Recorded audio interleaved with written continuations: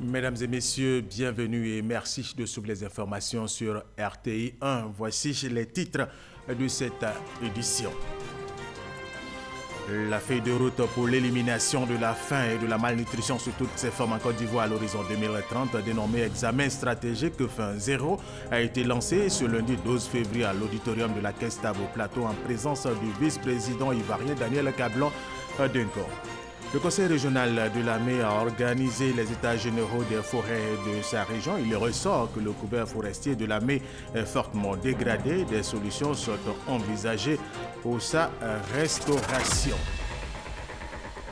Commençons par cette information. La feuille de route pour l'élimination de la faim et de la malnutrition sous toutes ses formes en Côte d'Ivoire à l'horizon 2030, dénommé examen stratégique Faim Zéro, a été lancé ce lundi 12 février à l'auditorium de la Caisse d'Abo Plateau en présence du vice-président ivoirien Daniel Kablan Duncan, facilitateur principal de l'examen stratégique Faim Zéro pour la Côte d'Ivoire. Rappelons que 12,8% de la population ivoirienne est en situation d'insécurité alimentaire, soit environ 3 millions de personnes sur toute l'étendue du territoire national. Le reportage de Jean-Luc Bango Kwamech dans nos prochaines éditions.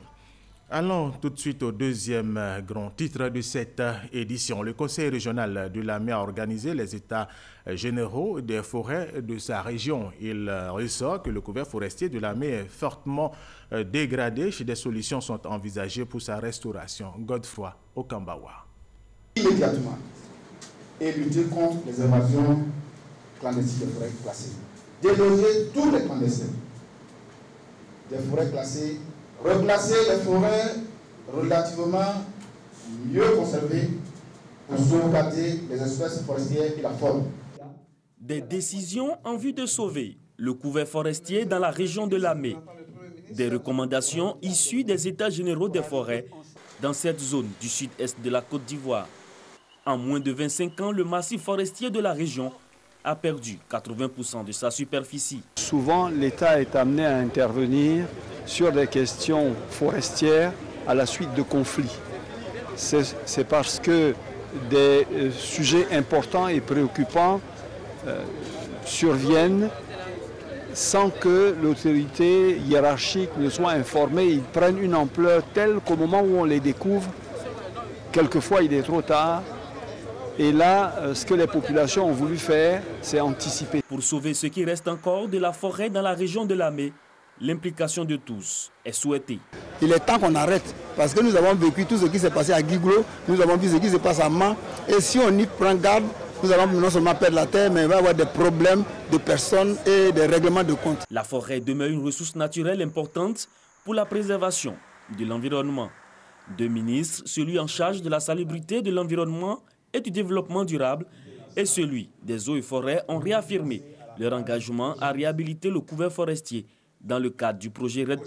C'est un mécanisme de réduction des gaz à effet de serre donc, qui constitue une démarche pour faire en sorte que, un, nos forêts soient protégées, mais deux, que les populations participent donc à la préservation de ces forêts par une éducation, une implication, des nouveaux comportements, de bonnes pratiques, des pratiques dans le secteur agricole, mais de bonnes pratiques qui tiennent compte également des contraintes environnementales et sociales. Les conclusions des travaux ont montré que la nouvelle politique qui va être engagée par le gouvernement est en droite ligne avec ce que veulent les populations.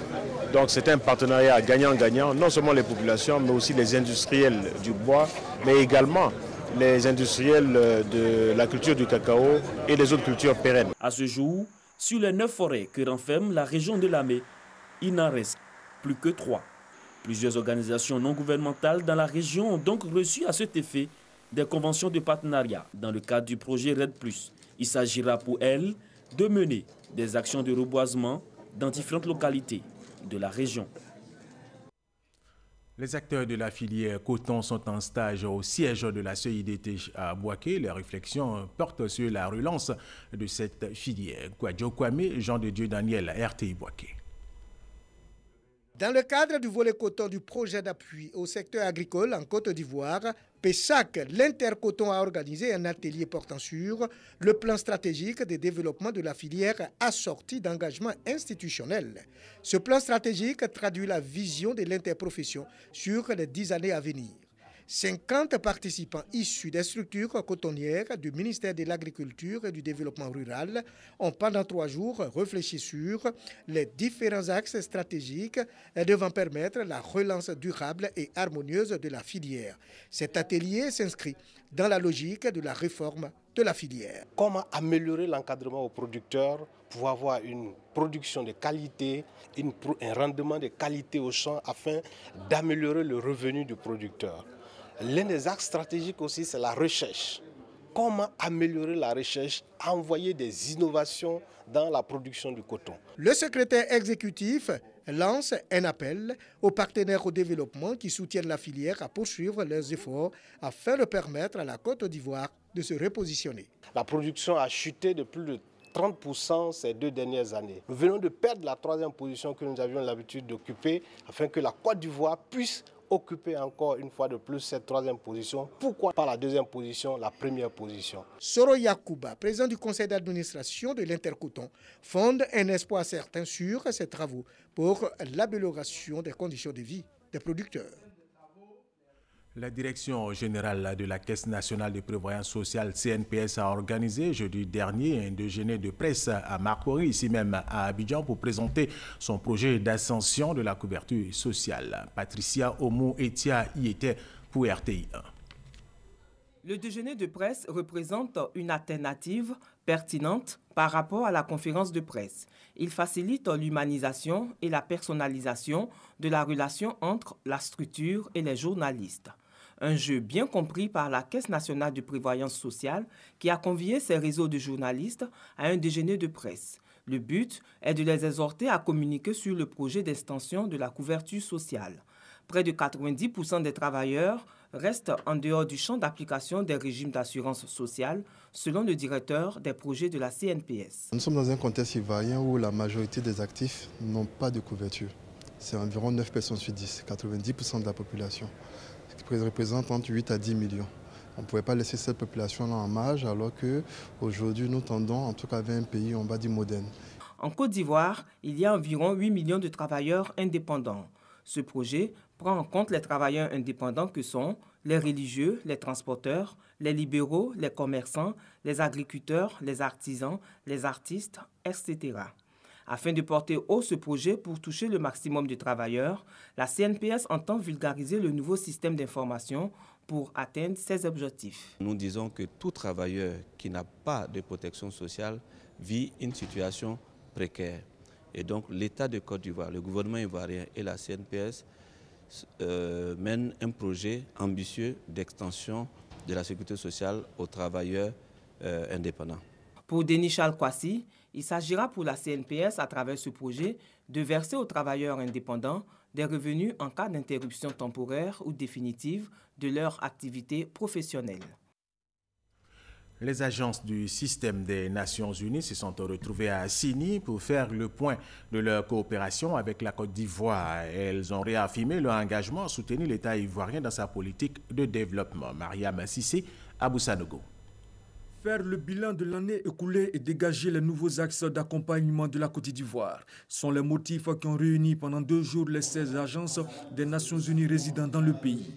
Le bilan de l'action 2017 s'est révélé fructueux, mais de grandes perspectives s'annoncent pour l'année en cours. Vous savez que l'année 2018, c'est l'année donc de la revue à mi-parcours du PND. Là, nous allons accompagner le gouvernement dans le cadre de la revue. Nous allons le faire simultanément ou concomitamment avec la revue de notre cadre de coopération, de manière à voir comment mieux articuler donc les 2 documents, que sont le PND et le CPI des Nations Unies. Les projections de la coopération entre la Côte d'Ivoire et les équipes pays devront également s'étendre sur d'autres projets, à savoir l'amélioration de la qualité des dépenses publiques, la mise en œuvre du projet de registre national des personnes physiques et la mobilisation des ressources du plan national de développement estimé à 30 000 milliards de francs CFA. La ministre du Plan et du Développement, Niali Kaba, a réaffirmé l'engagement du gouvernement ivoirien à faire bon usage des suggestions de ces assises. Il nous faudra concevoir et mettre en œuvre des programmes conjoints tout en restant conformes aux procédures budgétaire nationale. Par ailleurs, je voudrais donner l'assurance que toutes les contributions et suggestions pertinentes enregistrées au cours de ces 2 journées seront traitées avec soin et diligence par le gouvernement. Les priorités pour cette coopération 2018 restent l'intégration des objectifs de développement durable, ODD, dans le plan national de développement et le renforcement de l'appareil statistique national pour un meilleur suivi de ces objectifs. Des actions qui s'inscrivent dans l'agenda 2030 à 2063 de l'Union africaine. Le programme pour le renforcement du système judiciaire en Côte d'Ivoire a initié une rencontre à Yamoussoukro, la capitale politique de la Côte d'Ivoire, au profit des présidents des sections de tribunaux de 15 villes de l'intérieur du pays. Occasion pour les participants de se familiariser avec les règles qui régissent l'assistance judiciaire. Charles Tatou, RTI Boaké. Une avancée notable dans le fonctionnement du système judiciaire ivoirien. La preuve, l'assistance judiciaire déconcentre ses bureaux. Chaque juridiction de premier degré dispose désormais d'un bureau local de l'assistance judiciaire. Imaginez un seul instant quelqu'un qui est à Tabou ou à Ségala. Cette personne va se déplacer jusqu'à Abidjan pour bénéficier de l'assistance judiciaire. Donc c'est déjà un frein à l'accès à l'assistance judiciaire. Cette décentralisation fait suite au décret intervenu en 2016 fixant les modalités d'application de la loi 72-833 du 21 décembre 1972 portant code de procédure civile, commerciale et administrative relativement à l'assistance judiciaire. 15 présidents des sections des tribunaux de certaines villes de l'intérieur du pays ont séjourné pendant 2 jours à Yamoussoukro, sur invitation de ProJustice en collaboration avec la Direction des affaires civiles et pénales. Ce séminaire-là vient clarifier certaines choses, nous donner les outils.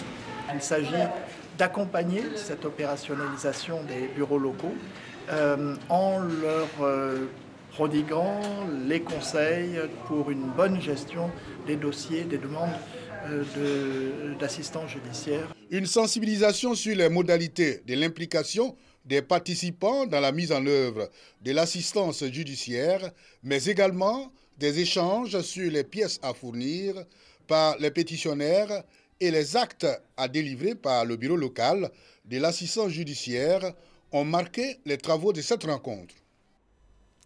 Yamoussoukro, la capitale politique de la Côte d'Ivoire, reste toujours ancrée dans la tradition et accrochée à son histoire avec les traits de civilisation propres au peuple baoulé. C'est un constat de Sidonie Ouaka Davila. Mercredi, jour d'audience à Ngokro, un village baoulé en plein centre-ville à Yamoussoukro. Sous ces manguiers, toutes les semaines, se règlent les différends. Ce jour, la chefferie doit trancher sur un différend dans un couple. La plaignante accuse son époux de l'avoir abandonné avec les enfants pour une autre. Aujourd'hui, je suis là, je l'ai appelé parce que les 4 enfants se retrouvent avec nous aujourd'hui. Quand il partait, il a pris les 3 enfants pour aller. Il m'a laissé bébé là seulement. Mais papa, bébé, il m'a laissé. Il m'a envoyé. C'est elle qui m'a dit de partir. C'est elle qui a dit, malade gravement, à ma fille, si tu ne te lèves pas pour aller mettre le médicament de ton papa au feu, si il meurt, moi je suis jeune, je vais aller me remarier. Après avoir écouté les arguments de l'un et l'autre, le conseil du tribunal coutumier tranche. Avant de l'abandonner, il n'a pas suivi la procédure. Donc pour cela, on lui a donné tort. Quand tu prends l'enfant de quelqu'un, va vers ses parents que voici ce que votre fille me fait. Donc je ne peux plus la supporter. Il ne l'a pas fait. L'accusé a tort. Il devra s'acquitter d'une amende.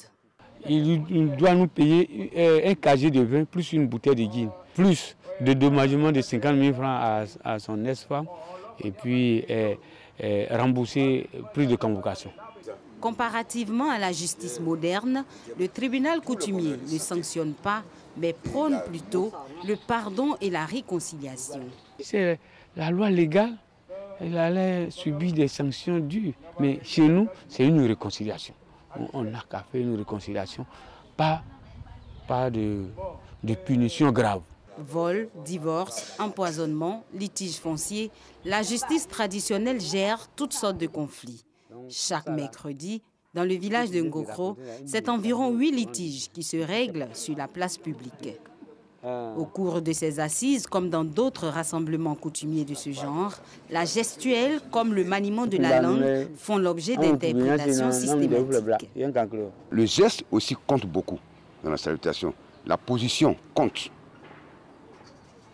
Parce que tu vas mettre ta main derrière et puis venir saluer ton aîné. Quand tu fais ça, tu donnes encore couper ta tête. Parce que tous les gestes ont toujours une signification. Quand tu veux saluer d'abord, ton pied gauche, tu l'amènes devant, comme si tu étais en train d'enlever ta sandale. Après tu le remets et maintenant tu te tournes. Maintenant tu prends comme ça, tu envoies ça ici. C'est-à-dire, on fait comme ça. Un sens particulier. Tu lui dis, c'est toi que je salue avec tout le respect. Toi que je salue avec tout le respect. Mais tu ne fais pas comme ça. C'est-à-dire, vous là, je coupe toutes vos têtes et toi on t'attrape en même temps et puis allez hop. Quand tu veux saluer aussi, tu as ta main dans le dos. Ok, tu salues. Les gens sont là, tu regardes. Dès que tu as fini, on t'attrape et puis on te ligote. Quand le baoulé se déplace et qu'il s'en va toujours, c'est l'enfant qui est toujours devant. Il va saluer. S'il se trompe, le vieux qui est derrière va corriger. Toute présence à ce tribunal est soumise à un protocole strict. Plusieurs personnes sont rappelées à l'ordre, certains pour avoir croisé les pieds, d'autres pour avoir mis les mains dans le dos. L'accusé du jour, qui s'exprimait en faisant des gestes de sa main gauche, quoique gaucher, a été également rappelé à l'ordre. Ces valeurs ancestrales intéressent beaucoup les jeunes qui ne manquent pas d'être assidus. C'est pas facile, c'est dur, mais on t'initie quand même, ils savent que c'est nos coutumes. Pour parler là, c'est facile. Souvent là, les gestes, c'est un peu compliqué. Souvent, tu peux te mettre un peu en erreur, tu peux te dire, ce que tu as fait là, c'est pas ça. Maintenant, tu te ressaisis. On n'a que 12 mois dans l'année. On passe les 9 mois à l'école et on va passer les 3 mois au village. On s'en va, au lieu de nous faire asseoir, nous apprendre comment on doit passer.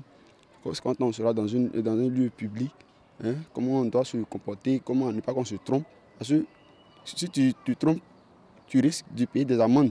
Yamoussoukro, ville située au centre de la Côte d'Ivoire, était autrefois un petit village nommé Ngokro que dirigeait au moment de la colonisation française la reine Yamoussou, celle dont le nom a été donné à la ville.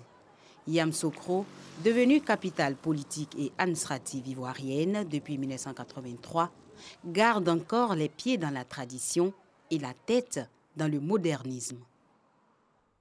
Elle est tout à fait autre chose à présent. Après Yamoussoukro, rendons-nous à Bouaké où le maire veut doter sa commune d'un marché moderne répondant aux normes de sécurité incendie. Il sera construit dans le quartier France 1. Djibo Nicolas vient de signer une convention de partenariat avec un opérateur de la place, Serge Collier.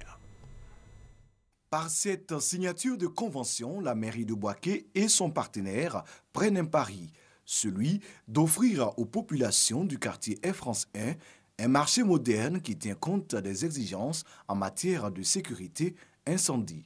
Dans la réalisation qu'ils nous promettent, il y aura non seulement un château d'eau qui sera construit sur le site, mais il y aura une bâche d'eau enterrée qui permettra d'intervenir à tout moment. Ce sera certainement le premier marché en Côte d'Ivoire qui a cette capacité de réaction devant l'incendie. L'ouvrage sera bâti sur environ 10 500 mètres carrés. L'opérateur en charge des travaux va mobiliser plus de 2 milliards de francs CFA. Cap à présent sur San Pedro où le député de San Pedro Commune fait le compte rendu des activités parlementaires et des lois votées par les députés à ces populations. Pour la 3e fois consécutive, Félix Noblé les a rencontrés. Sam Conan. La salle polyvalente du ministère de la Promotion de la Jeunesse, de l'Emploi des Jeunes et du Service civique de San Pedro a refusé du monde ce samedi, à l'occasion de la rencontre entre les députés de San Pedro Commune et les populations. Une rencontre initiée par l'élu de la commune pour expliquer à ses mandants les activités parlementaires et les lois votées par le Parlement. et des lois votées pendant le dernier trimestre de l'année 2017. En retour, Félix Sanoblé a recueilli les préoccupations des populations afin de les porter à l'hémicycle. On a eu une plainte sur la loi sur la protection de l'enfance, qu'on a trouvé loi un peu trop liberticide pour un pays africain comme le nôtre, et qu'il faut regarder certains facteurs de cette loi pour permettre de canaliser un certain nombre de choses. On a pris bonne note. On a pris bonne note de ce que les populations se plaignent, de l'élévation des taxes, d'un peu trop de taxes dans leur quotidien, de la répartition budgétaire et de l'utilisation budgétaire. On a pris bonne note de ces différents éléments qui rentrent donc dans nos attributions de députés. Nous allons faire en sorte donc de pouvoir donner droit aux plaintes de nos concitoyens, de nos mandants. Notons que c'est la troisième rencontre entre les parlementaires et les populations de San Pedro sur les activités de l'Assemblée nationale. Les instituts de formation et d'éducation de la femme, IFEF, forment depuis des années les filles issues des familles modestes. L'installation de ces jeunes filles après leur formation se pose avec acuité par manque de moyens financiers et d'accompagnement adéquat. Les auditrices en couture de l'IFEF de Toumoudi n'échappent pas à cette triste réalité. Reportage Soro Corona, RTI Boaké. Plus de 100 tenues scolaires distribuées aux écoliers démunis du département de Toumoudi. Un don pour accompagner la politique de l'école obligatoire initiée depuis 2 ans par le président de la République, Alassane Ouattara. Une initiative des responsables et des auditrices de l'Institut de formation et d'éducation de la femme de Toumoudi, don reçu comme une bouffée d'oxygène pour les nombreux parents d'élèves. Prétexte principal de ce don de tenue scolaire, un soutien en matériel pour l'installation des auditrices de ce centre en fin de formation. Issues en majorité des familles défavorisées, l'insertion de ces filles dans le tissu social devient une difficile équation à résoudre. Les parents n'ont pas les moyens pour nous aider. Donc si nos directrices n'ont pas eu les moyens aussi pour nous aider, ça serait un peu compliqué. Nous avons besoin de machines à coudre. 40 machines à coudre et accessoires de couture. Les besoins des auditrices de l'IFEF de Toumoudi. L'installation des auditrices en fin de formation n'est pas spécifique à Toumoudi seulement. Les IFEF du pays connaissent ces mêmes difficultés. Je demande aux autorités de la ville de Toumoudi et les personnes de bonne volonté qui voudraient bien aider les filles. C'est vrai, c'est le cas de l'IFEF de Toumoudi, mais il y a beaucoup de filles qui finissent et c'est le souci de toutes les directrices. Ça fait mal de voir sa fille qui a fini, même qu'elle soit meilleure, et elle reste à la maison parce que les parents n'ont pas les moyens. L'Institut de formation et d'éducation de la femme de Toumoudi a ouvert ses portes depuis 1999 et a formé plus de 1000 filles. La Jeune Chambre internationale a organisé une rencontre avec ses membres à Boaké. Au cours de cette rencontre, elle a décidé d'offrir 100 tables bancs à l'école primaire publique d'Olienou. Solo Yakuba, Abdul Kader Sogodogo Guédoumon, RTI Boaké. Rencontre entre les filles et fils de la région de Boaké pour réfléchir et échanger sur la solidarité, la cohésion sociale et le développement dans cette partie du pays. Une initiative de la Jeune Chambre internationale Côte d'Ivoire qui aide les générations à venir à éviter tous les maux issus de la mésentente entre les citoyens de notre pays. Il s'agit donc de promouvoir le progrès et le bien-être social. Une activité menée dans le cadre du 7e congrès de la Jeune Chambre internationale Côte d'Ivoire. Nous avons dépisté plus de 1200 personnes à Boaké ici pour le diabète. Notre organisation est au service des populations. La mission même d'un président du Sénat, c'est d'essayer de maintenir la cohésion au niveau de tous les sénateurs. Cette rencontre a été une aubaine pour la Jeune Chambre internationale de faire un don de 100 tables bancs à l'école primaire publique Olienou de Boaké pour le bonheur des écoliers. C'est pour accompagner le gouvernement dans son œuvre d'éducation parce que l'école est devenue obligatoire et donc il est de notre devoir de mettre des commodités à la disposition des enfants. Ce 7e congrès ordinaire du Sénat de la Jeune Chambre internationale Côte d'Ivoire était placé sous la présidence du maire de la commune de Boaké, Djibo Youssouf Nicolas. Autre sujet, des Ivoiriens se rendent régulièrement à Lourdes en France pour un pèlerinage. Parmi eux, des malades, des handicapés et des invalides. Ils sont pris en charge intégralement par le gouvernement ivoirien à travers la Direction générale des cultes. Eugène Toubé. Chaque année, c'est le même rituel. Les pèlerins de Côte d'Ivoire, spécialement ceux de l'association Notre-Dame de Salut Antenne Côte d'Ivoire, se rendent sur les pas de Bernadette à Lourdes. C'est le cas des personnes invalides, frappées de handicap ou malades. Leur présence est une réponse à l'appel de Jésus-Christ leur disant « Venez à moi et vous verrez ». Des pèlerins heureux. Heureux surtout que la mère de Jésus vienne à eux pour les conduire à son Fils. Ce bonheur trouve sa source dans leur cheminement spirituel. Formation, enseignement, connaissance de Dieu et approfondissement de la foi. Tout le temps qu'a duré leur présence, ils ont toujours bénéficié de la fraternité et de la solidarité des autres pèlerins. Chacun, quelle que soit sa catégorie socio-professionnelle, a fait œuvre de miséricorde envers les malades. Expression de l'amour de Dieu qui traverse tous les pèlerins. Lorsque ces malades se retrouvent ici sur le terrain, ils d'abord essaient de vivre leur foi, de vivre leur rencontre personnelle avec le Seigneur Jésus-Christ et sa mère. Et c'est cela qui fait d'abord leur guérison sur le plan spirituel, sur le plan mental, sur le plan psychologique. Et c'est d'ailleurs la première des guérisons la plus importante. Les malades, comme les handicapés et les invalides, n'ont jamais été seuls à Lourdes. Certes, on notait la présence constante de Dieu, amour, à travers Sainte Bernadette et Marie. Mais il y avait aussi la présence de tout ce beau monde engagé dans le service. Illustration, ces enfants bénévoles, servant à boire, ou ces jeunes encardiers, constamment au chevet des personnes malades, handicapées ou invalides, les conduisant aux messes, toujours à leurs petits soins. Et ce partage, cette familiarité avec les malades m'a vraiment fortifié et j'ai compris le sens même véritable de la charité. Pour le 144e pèlerinage à Lourdes, une centaine sur un total de 500 prises en charge par le gouvernement ivoirien à travers la Direction générale des cultes sous tutelle du ministère de l'Intérieur et de la Sécurité.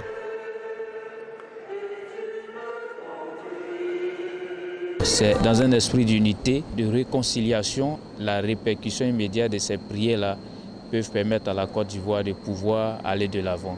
Le pèlerinage à Lourdes pour l'association Notre-Dame de Salut Antenne Côte d'Ivoire a été le témoignage des œuvres de miséricorde. Avec Dieu, tout est possible. Quand nous voyons ces malades, ils pouvaient rester chez eux et dire que de toutes les façons, moi je ne peux plus espérer. Mais ils sont venus et ils ont fait tout ce trajet avec nous pour dire que la compassion de Dieu agit toujours dans notre vie. Et comme le dit Sainte Rose de Lima, quand nous servons les pauvres et les malades, nous servons Jésus. Et c'est ce Jésus auquel les malades de l'association Notre-Dame de Salut Antenne Côte d'Ivoire veulent ressembler dans leur foi et en Marie. Marie comme un signe d'espérance et de salut. Le parti au pouvoir en Afrique du Sud, le Congrès national africain, ANC, se réunit d'urgence ce lundi à Pretoria pour finaliser, selon son chef Cyril Ramaphosa, la délicate question du départ anticipé du président de la République, Jacob Zuma. Les deux hommes ont engagé le 6 février dernier des tractations directes pour régler cet épineux problème. Ce lundi, la plus haute instance de décision de l'ANC, le Conseil national exécutif, qui avait donné mandat à Cyril Ramaphosa pour négocier avec le chef de l'État, se réunit donc d'urgence à huis clos une nouvelle fois.